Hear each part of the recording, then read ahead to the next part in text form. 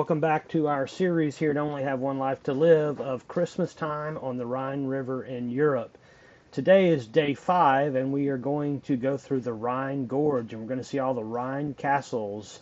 If we're lucky, we'll make it to Kolbenz and you'll see the fortress and the garden lights that they have in the fortress before the end of the show here. But we are going to show you the left and the right side. We're going to speed these videos up. You'll hear some talking from our cruise director, Robert. We're in the forward lobby, and we are the forward lounge, and we are looking on the left side of the ship as we're going north. So we're going to see everything on the left side of the Rhine Gorge. Meanwhile, I've got cameras in the room taping the right side of the gorge. So you'll see a little bit of both, but we're going to have to speed the videos up. It takes about an hour to get through the Rhine Gorge, 45 minutes to an hour.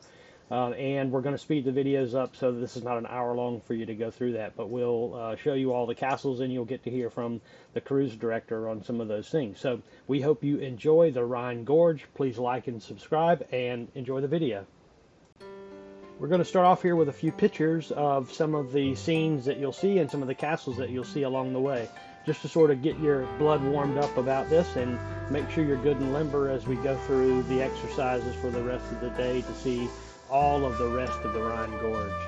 So we're going to start off with just some picturesque sort of Hallmark card moments here. We hope you enjoy these, and again, apologize, we're going to speed the video up just a little bit just to get through so much content that we have, and we hope you enjoy and like and subscribe. Apologies in advance.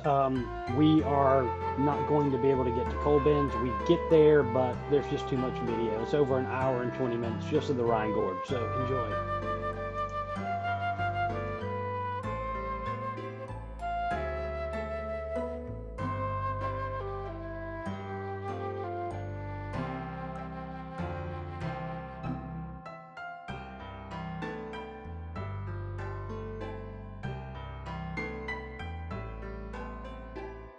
The beautiful sights coming up, left hand side and right hand side, ladies and gentlemen. Beautiful castles, and look to the left, what a spectacular little thing it is. It's a Rheinstein castle coming up on the left hand side, and below you can see a campsite. So that's for really brave people, ladies and gentlemen, who come here and stay on vacation. So in summer you will see a lot more campsites fully occupied. This is a very popular way for people to spend vacation here in Europe, not only for Germans, but also French and Dutch and Belgians are coming to enjoy themselves. So that is what you see on our left hand side. Few things regarding our sailing. So in a few moments, I'm sure you already noticed on our right hand side and left hand side when we sail, you see big plates with numbers.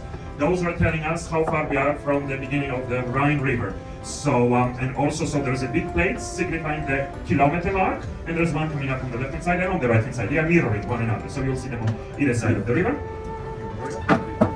And they will tell us how far from the beginning of the river we are. Then there are smaller numbers, 9, 8, 7, 6, there is no 5. So whenever you see cross, black cross on the white board, that signifies the half a kilometer mark, and then the numbers continue until we reach another kilometer. So now look to the left, look to the right, and you can tell how far we are from the beginning of the river, and that is 535, yes.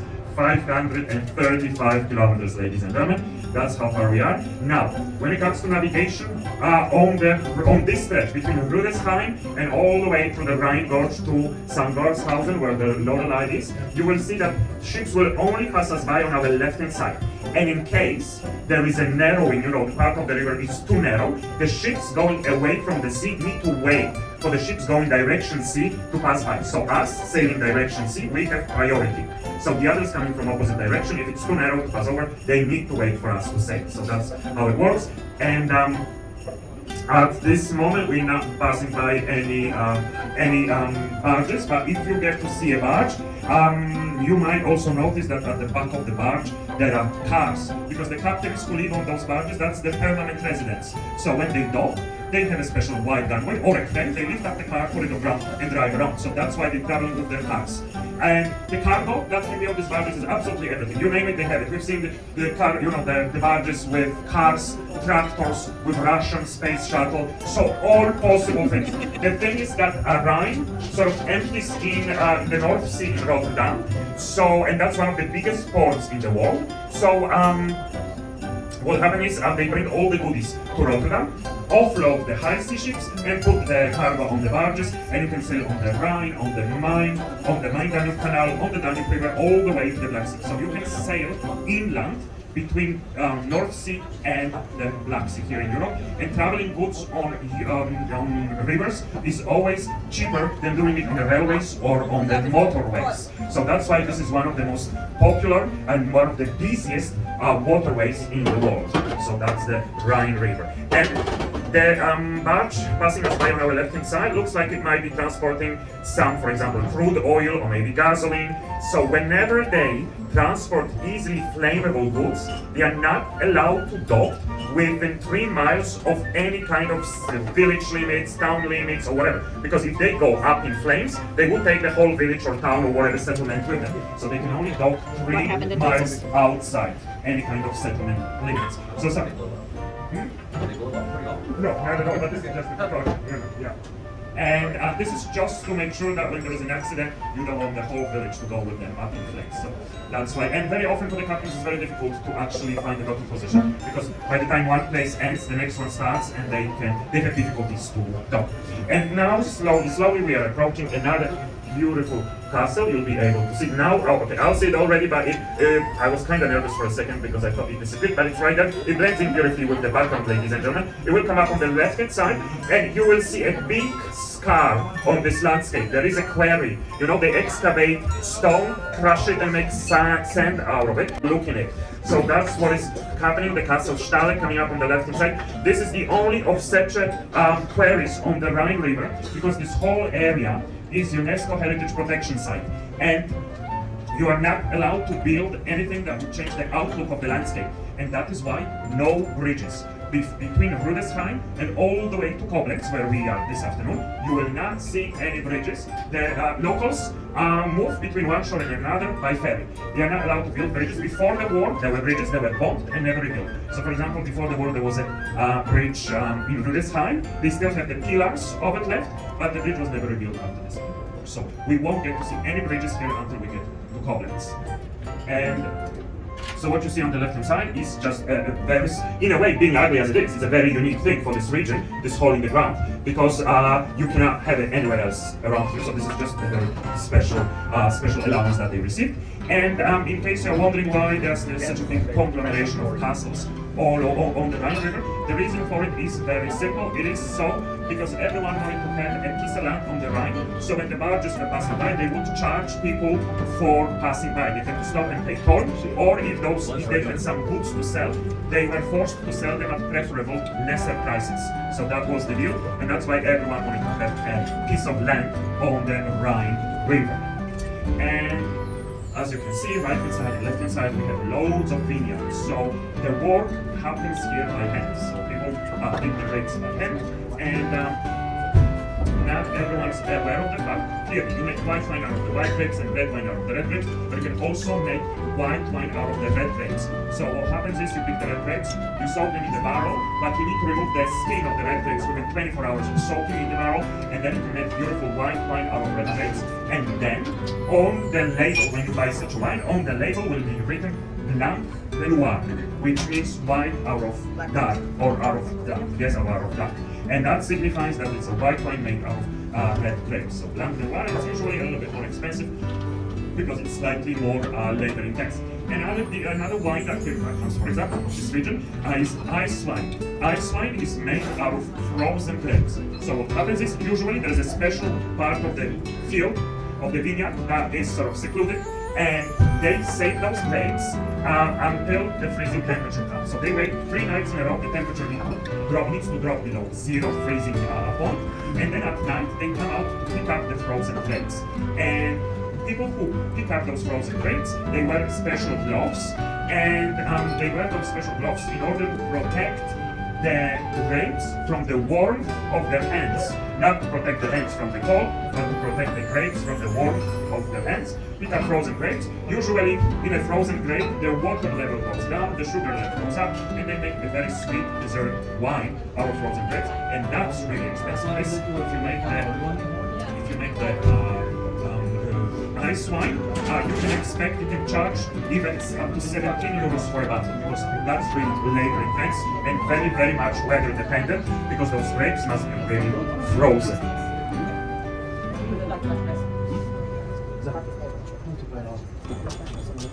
And now you can look to the left and you can see that black cross on the white background, and you know that is a kilometer, half a kilometer mark.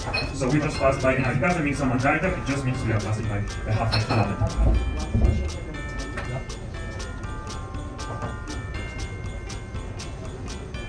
And in case you are wondering, sometimes the slopes of the vineyards are growing horizontally, some of them growing vertically. The reason for it is it's the angle of the slope and the angle the sun shines upon them. All rows of grapes must be equally spaced out. One cannot overshadow the other, because some would get too much sun, some would not get enough sun, and of course then the wine wouldn't be good. So they are spaced out equally, they must receive the same amount of sun, and depending on the angle, you will see some of them growing horizontally, some of them growing vertically. And we're just passing by barge with the car at the back of it, ladies and gentlemen. So now you know why the car is there, yes? And another thing is, we're not gonna see it at this time of the year, obviously. If you come here in spring and summer, at the edge of the vineyards, you might see roses or rose bushes. The reason for it is because those roses are not for decoration, they are like a test.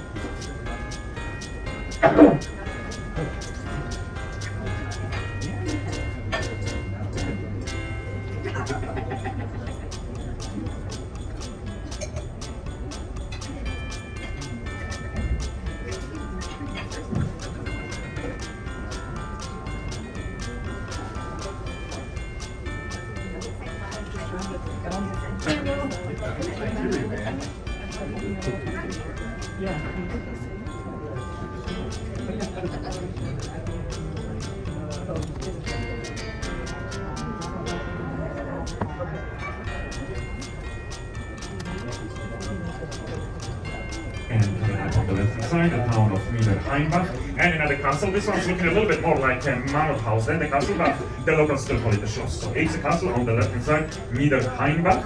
And right below that castle there is a church, and that church has a very interesting feature, and that is a rooster on the top of the spire. So there is no cross all the way at the top, but there is a rooster. And that's not the only church that has this feature in this region. And there are two explanations. Why would you put a rooster on the top of the church?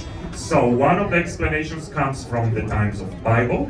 There is a story in the Bible that tells us that one of the apostles came to Jesus and said, "Jesus, I love you, I'll never betray you." And then Jesus said, "Before the rooster crows in the morning, you'll deny me 3 times." And that's what happened, and Jesus forgave that apostle, and this is to tell us that Jesus is a merciful Lord and will forgive us our mistakes. So that's one story. The other story is a little bit more complicated and comes from the times of 30-year war. And 30-year war lasted exactly 30 years between 1617 and 1647, and it started in Prague, today Czech Republic, and with the incident that is called Prague defenestration. So what happened is, in the past, so being a delicate flower, when in general, historians say this was the most devastating war in history of Germany. We would think it was the Second World War, but no, it was the 30-year war. Some estimate that even up to 60% of the population died during that war. So a huge number of people.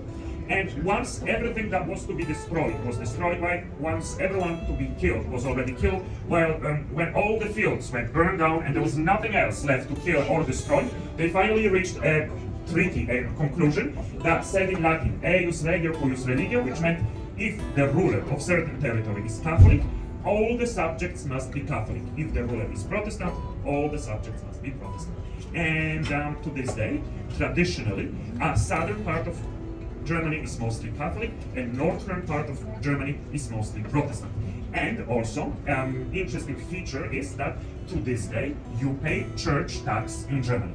So it works like this, that everyone who's legal here must be registered. So in the past you needed to go to a special place to register. Nowadays you do it online. You need to put your name, your date of birth, name of your parents, your phone number, your address, all that stuff, and your religion denomination.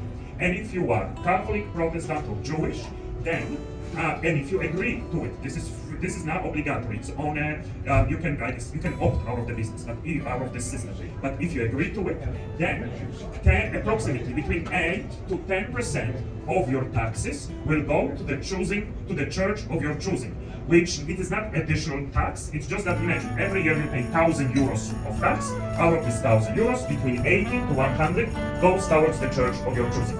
And then you have all the services in your church free of charge. Baptizing or first communion or confirmation or weddings or funerals, you don't pay for anything. However, if you opt out of that system, and you have right to do so, it's not obligatory to do it, then you're not allowed to get married in a church because you're not contributing, you're not part of the church. Then why would you? If you just want to marry for show, that's not how it works. Your kids will not be baptized, and you will not be allowed to be buried in a religious cemetery. You just go to the common cemetery, and there won't be priests presiding over your funeral. So that's basically how it works with the church tax here in Germany. And on our left hand side, a ruin of the Nordic castle coming up.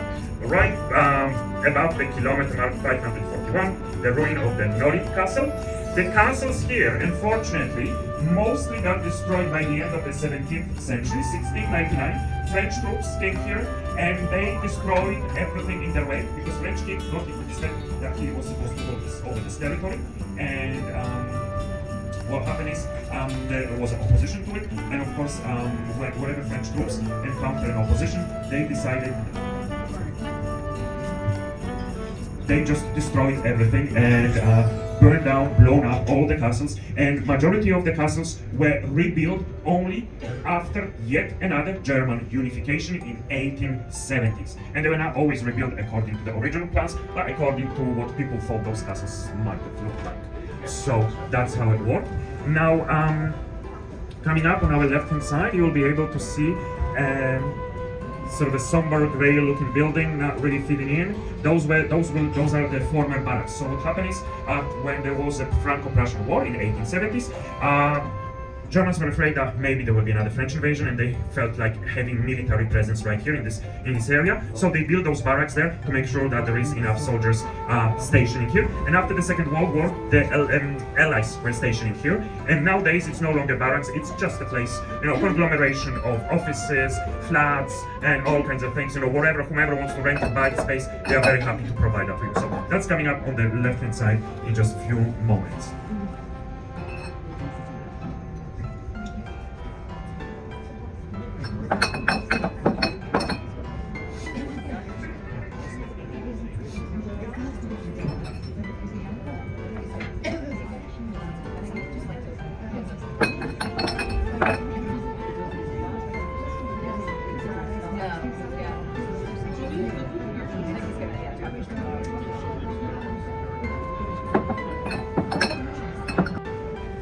Would you mind if I took this chair? Oh yeah, sure. So those are the bear.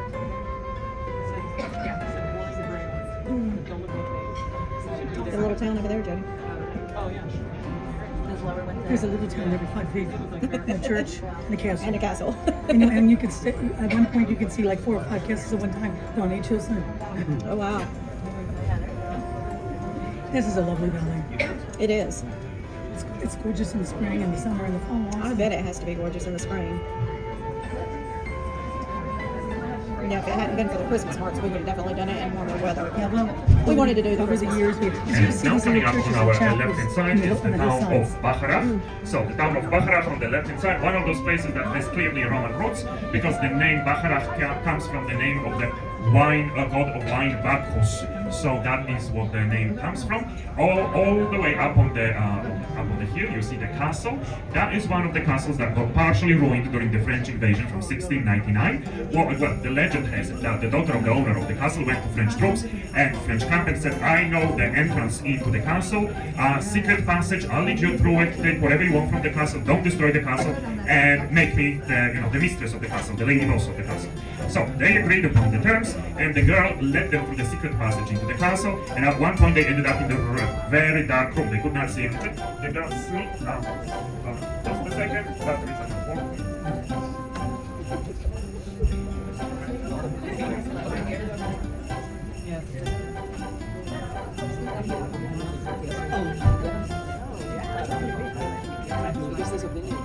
Oh, yes.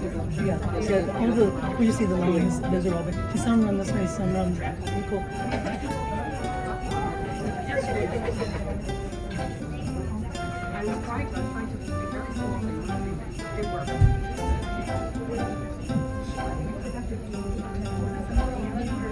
Alright, so that was a little real cliffhanger, ladies and gentlemen. But like so. Okay, so what happened is the girl leads them to the secret passage, locks them down in a room, and sneaks out of the room herself, and the French troops were left in darkness, and some of them had matches, so they tried to lit up a match and see what's going on. In this one terrifying second, they realized that she locked them up in a gunpowder room. So the whole thing blown up, and that's how one girl managed to defeat the whole French troops stationing below that castle. Flying debris of the castle landed on the roof of Werner's chapel. You see, this is this empty tooth, so that's the Werner's chapel, and the roof caved in, and ever since then it's just an empty tooth. Beautiful setup for summer concerts. And then right next to it they built a new church, ladies and gentlemen. So that is, and in that town they still have altar with the old inscription from the Roman times presumably, but no one's able to read it anymore, and we don't know what it really says then, but local people gather once a year right in front of that or around that altar to celebrate the local holiday. So that's the town of Bacharach on our left-hand side, ladies and gentlemen. And in a moment, I'll let you enjoy the Bacharach. And you know, we're passing by the ships on our left-hand side, and we're passing by the castles on our left-hand side and right-hand side. But there will be coming up one structure right in the middle of the river. So get ready for that, ladies and gentlemen. Fels Grafenstein coming up in a few minutes in the middle of the river. I'm gonna go check on the batteries, okay? Come here, okay? You're gonna miss the structure in the middle of the river. No, I'm not.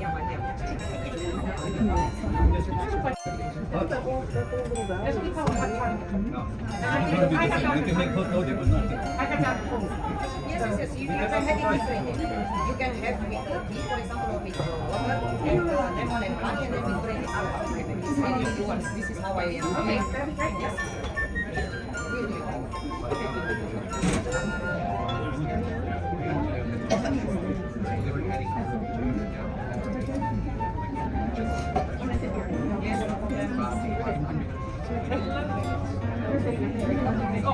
Yeah, we are. Well, kind of on the side. But I think we could pull another chair. I'm waiting for my hot dog. Oh, she's going to be a hot sausage. She uses the chair. They're phenomenal. He's going to be singing in the summer. Yeah. I'll be right back.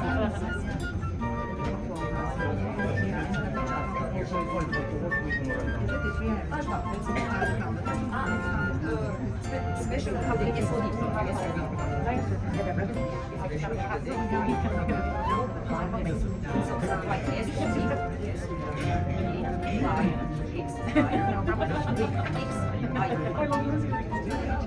Yeah, these are Calvin's actually. Actually, I got these on Christmas one year. I had $5, so I bought them. My mother will be in there. You know, my sister-in-law there. I'm one of those I love. She don't love it. I know, but it's just so quick. I came down, I was going to go, and then he came down, his face was like, you know, it's like,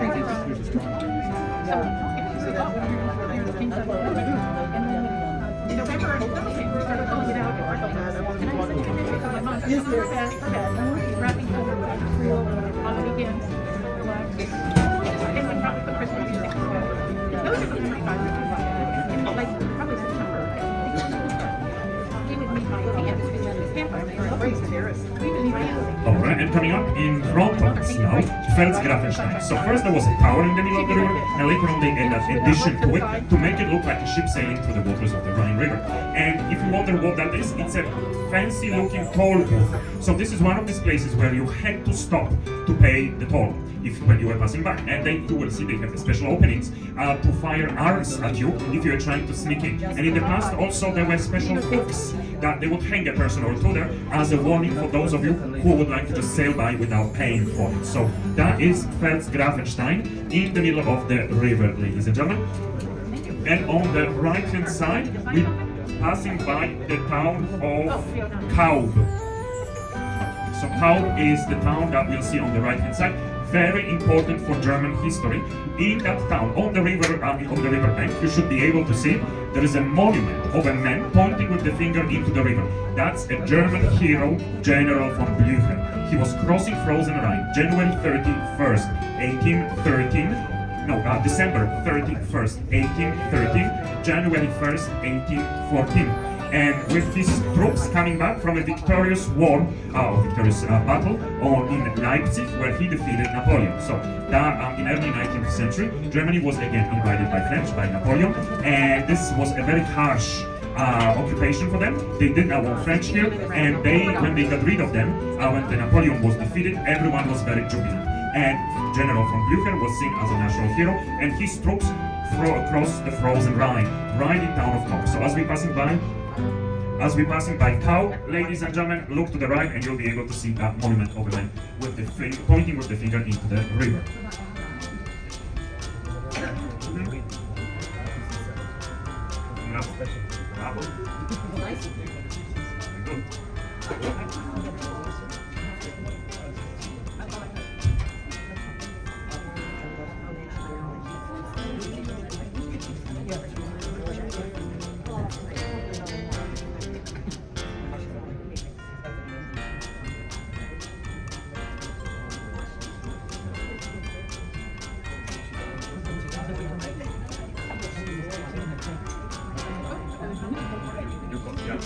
Copy again, yeah, right there.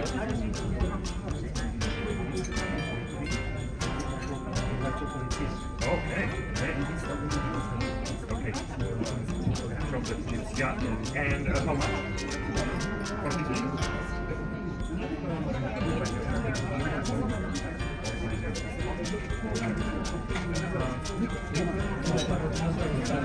All right, ladies and gentlemen, and to keep everyone warm, if you feel like warming yourself up, our ever helpful bar staff has on offer a special drink for you that contains Baileys, coffee, whipped cream, white chocolate syrup, and a bit of chocolate sprinkles on the top of it for €4.50. So Baileys, coffee, whipped cream, white chocolate syrup, bit of a chocolate sprinkles on it for €4.50. You don't need to do anything. They will approach you if you feel like it. You can get one.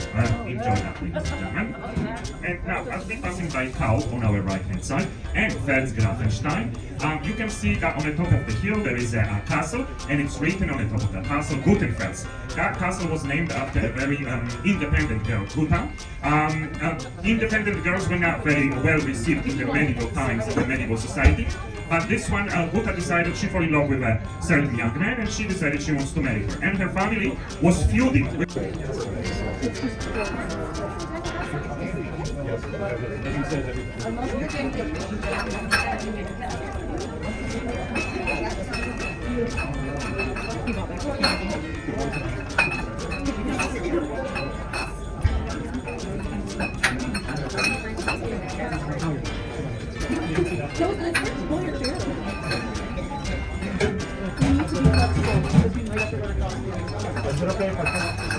Perfectly fine. I'm not going to read.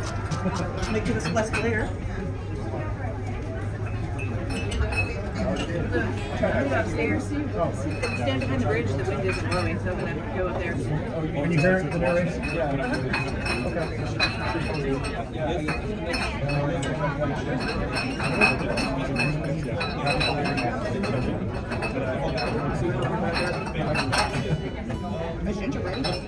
Not baby.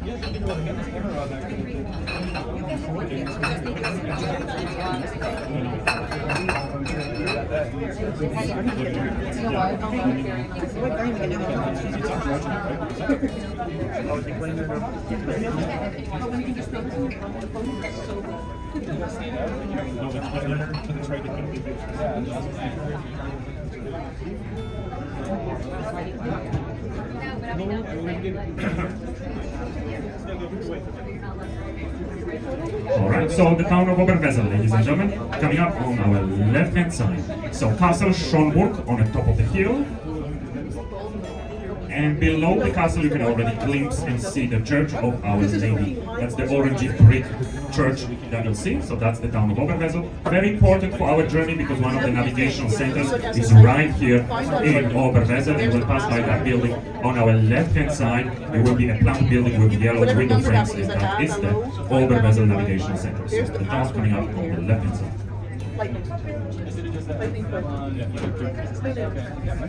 We were supposed to take these with us out to ride, and it worked. It did. It worked all day. Is it perfect? Yes, but that's just a It is a game changer.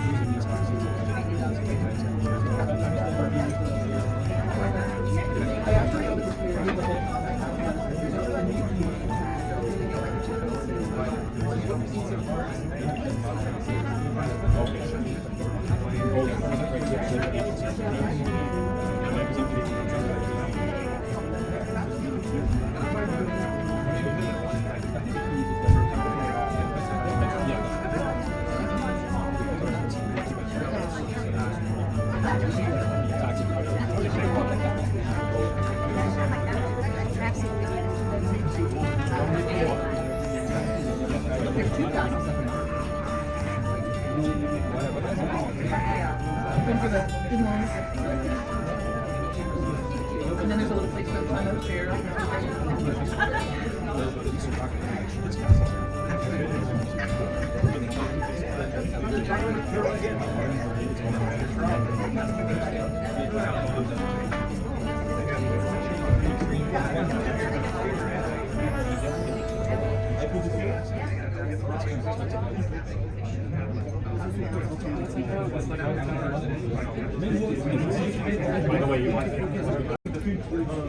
Three giant storks flying there.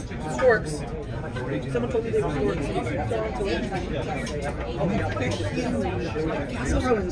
Alright, so that's the beauty of the Schönburg Castle, ladies and gentlemen, that we're seeing right now.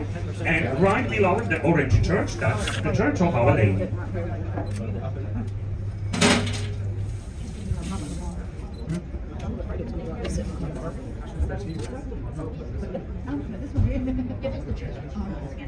No one has seen this roof in snow, gentlemen, so this is the first time you see it. Yes, it's very pretty.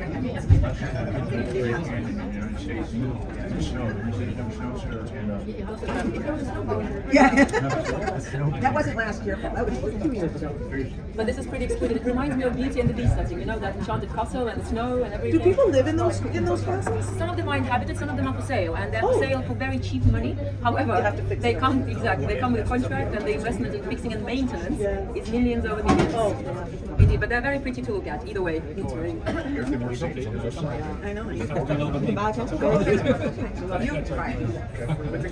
I don't know what it's called. Special And on our left-hand side, you can see another church, and that church has like a white addition and a grey tower, and that tower has no steeple. What happened is the church was old medieval, but burned down in 19th century, so that white addition is 19th century, the tower is medieval, and the steeple also collapsed, and it was never rebuilt. So that's why this church looks the way it looks. Allegedly, they wanted to rebuild the steeple as well, but they ran out of money.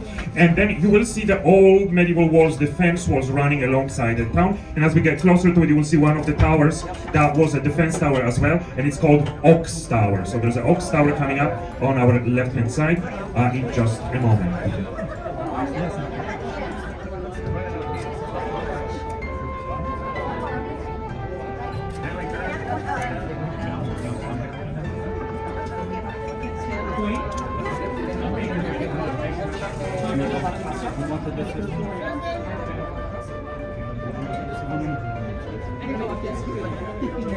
Coming up on the left-hand side as well is St. Vincent's Chapel, and this one also has a rooster on the top of the church, and now you know why there is a rooster there. So on the left-hand side, that's what we are seeing right now.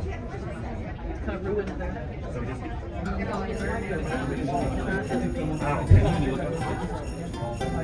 Yeah. Like that tower's in place, but that one's all Okay, so we pass through 3:30.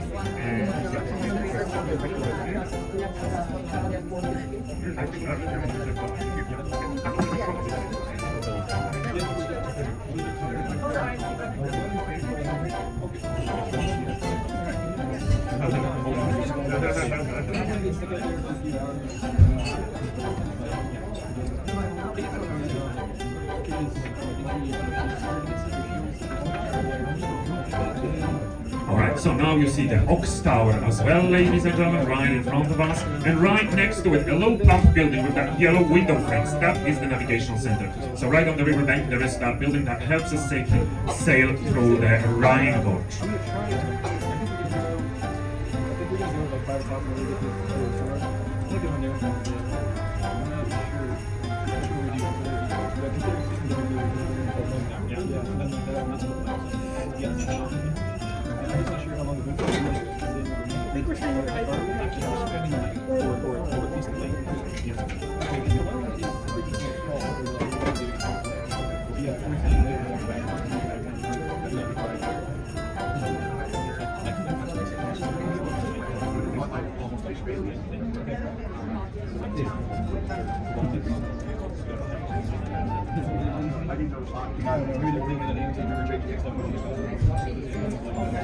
Oh, is that right? Yeah. When you go to Cologne? Yeah, well, this part right now.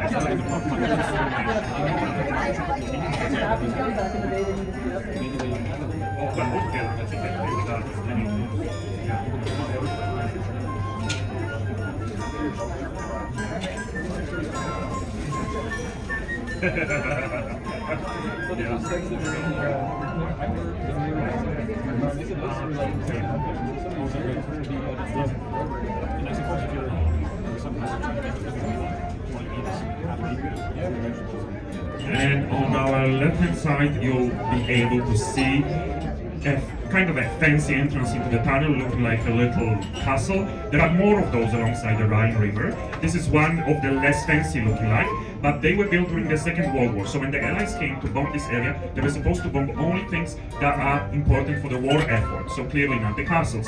And so the locals started building fancy entrances into the tunnel to deceive the Allies and to make them look like little castles from above. And in most cases it worked. So those things were not bombed. So the one you you see on the left-hand side is just, like I said, one of the less fancy ones. But there are a couple more coming up. Right-hand side, left-hand side. And if you are wondering why they look so fancy and they are just simple entrances into the tunnels, this is the story from the Second World War. On our right-hand side coming up another navigational center, because we are right halfway through the Rhine Gorge right now. And in a moment, we'll first take a slight turn to the left, and then on the right-hand side, you will be able to see the Lorelei Rock. So Lorelei was the local girl that was seduced by a prince who promised her marriage. And he just needed to go to war, and when he's back from war, he would marry her. So she was standing on that rock and waiting for the prince to sail by, and the prince did sail by, but he already had his princess. So the girl had a broken heart and she threw herself into the river, but before she died, the goddess, the lady of the river, saved her life, and she said, you'll be sitting up on that rock singing your song, and you will be leading all the sailors to sail into that rock and crush as your revenge. So that is the rock that we'll be able to see in a few moments on our right hand side.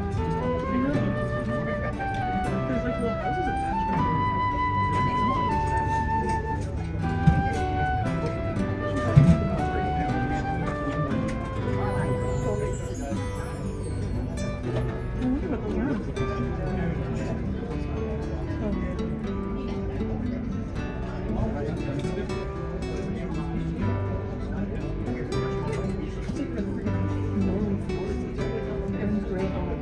Just a piece of snow. Like, look at this crack here.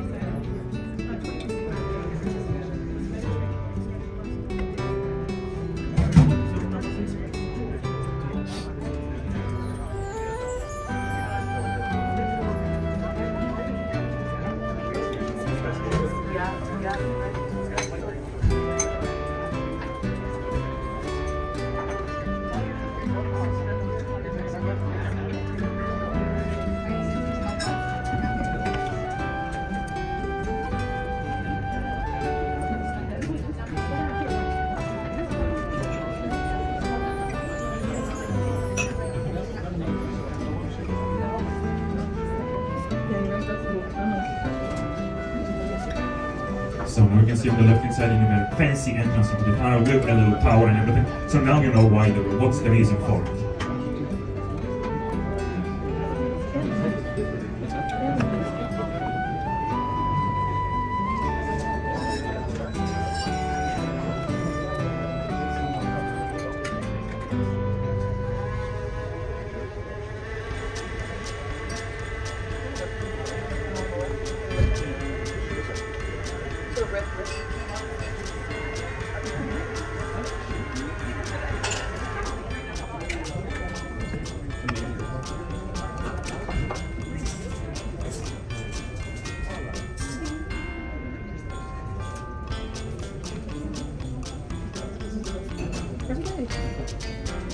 Every day.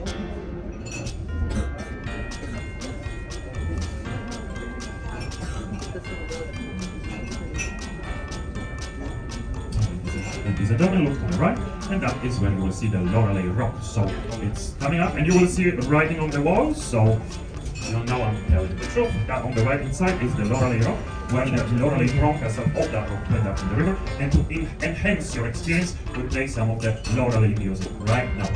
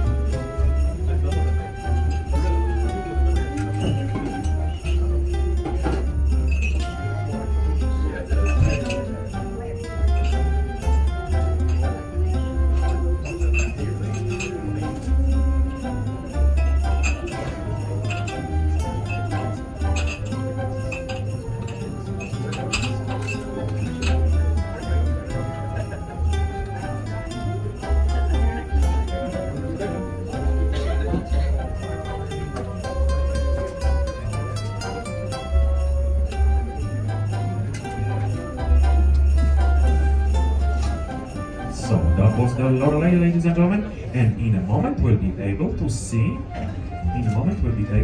the Lorelei monument itself. So in the past, the Lorelei monument was up on the Lorelei rock, but no one was able to see it, so they took it down and put it on the riverbank. But it's made, it's sort of brownish, greenish color, so beautifully sort of blends in with the background. So it's also not that easy to spot it, but I will point it out to you, and hopefully you'll be able to take good pictures of it.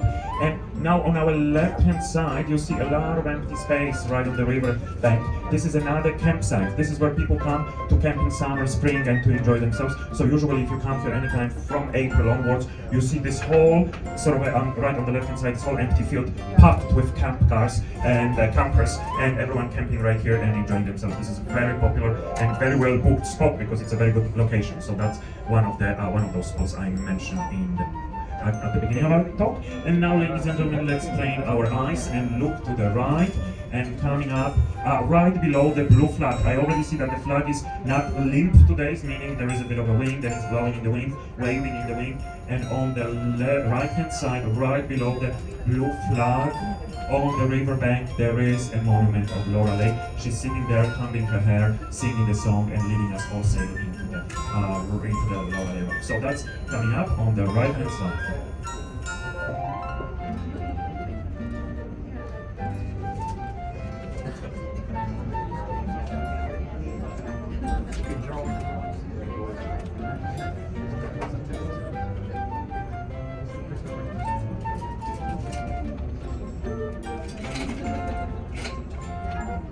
So Lorelei, monument of Lorelei coming up on the right hand side, ladies and gentlemen. Take your pictures, make sure you won't miss out.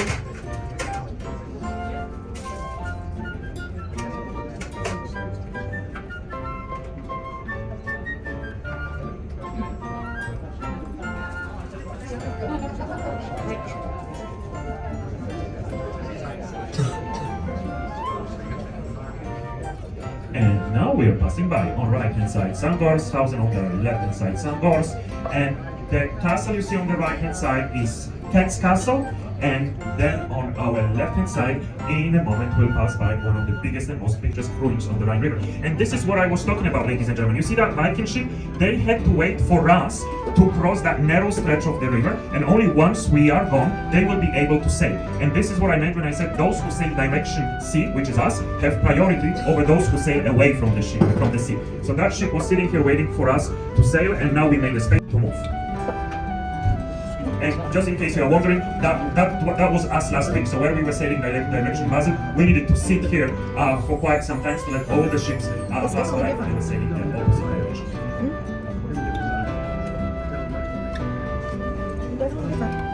So one of the most picturesque ruins on our left hand side, that's the Rheinfels Castle, very popular wedding destination, ladies and gentlemen. As we get closer, you can see why is that the case. Definitely braver than I am. Sitting here with my coffee. So on the right hand side, Sandgårdshausen, ladies and gentlemen. On the left hand side, Sandgård, and a beautiful castle, one of the most picturesque ruins on the left hand side, and one of the biggest castles that we see alongside the Rhine.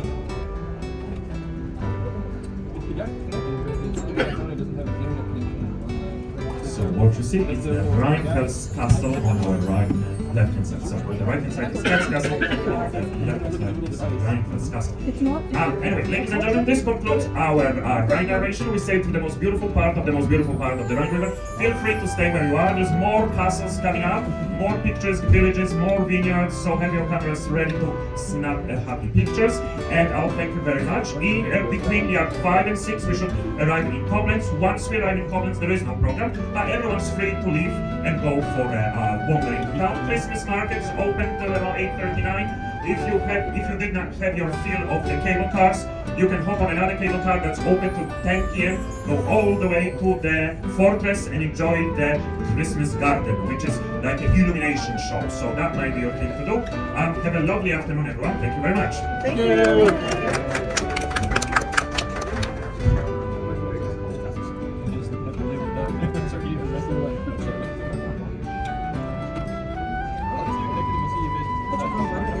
Try your other one in yours.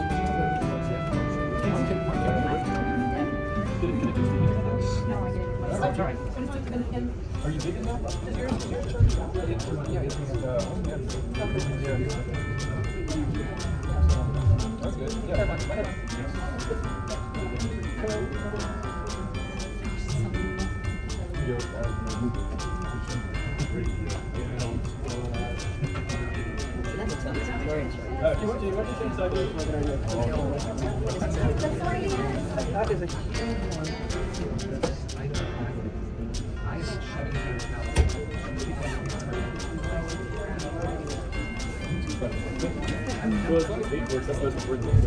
Yeah, that's one of those castles that will take you 10 minutes to go in, so I'm fine.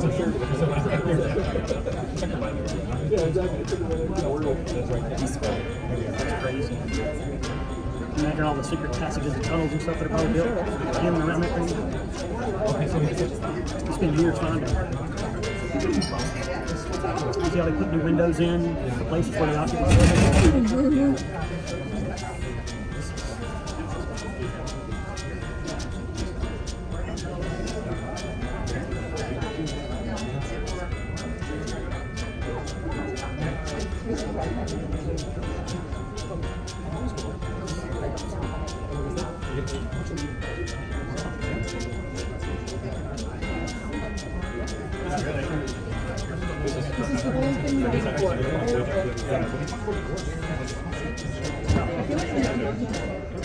Snow and the seagulls in a colorful hole.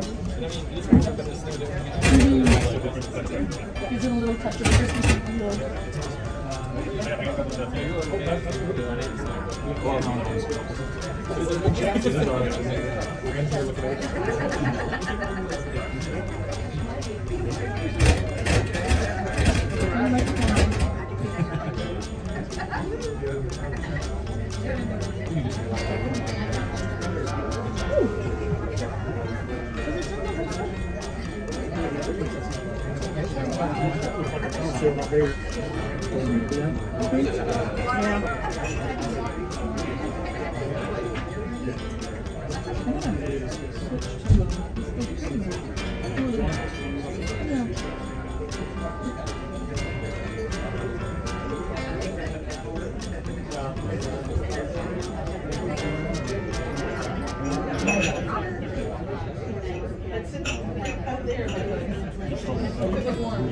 Where was the house in the middle of the thing? The big castle in the middle of the thing. You never said anything about it. It's not just killing me, not lost it.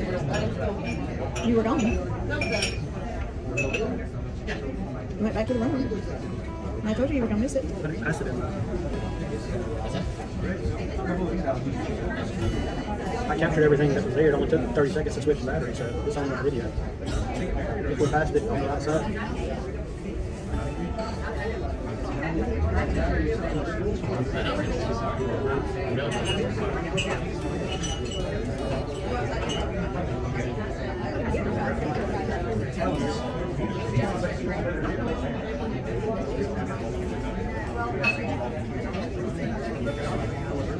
I didn't get pictures of it because I thought you were. What's on the thing? If it's, like I said, I didn't pass anything down there while I was down there.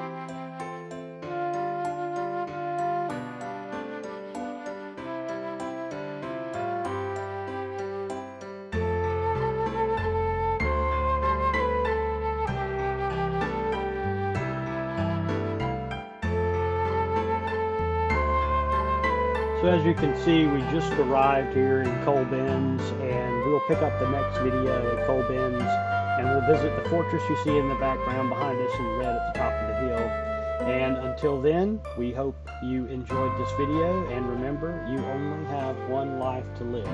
So be sure to live it to its fullest.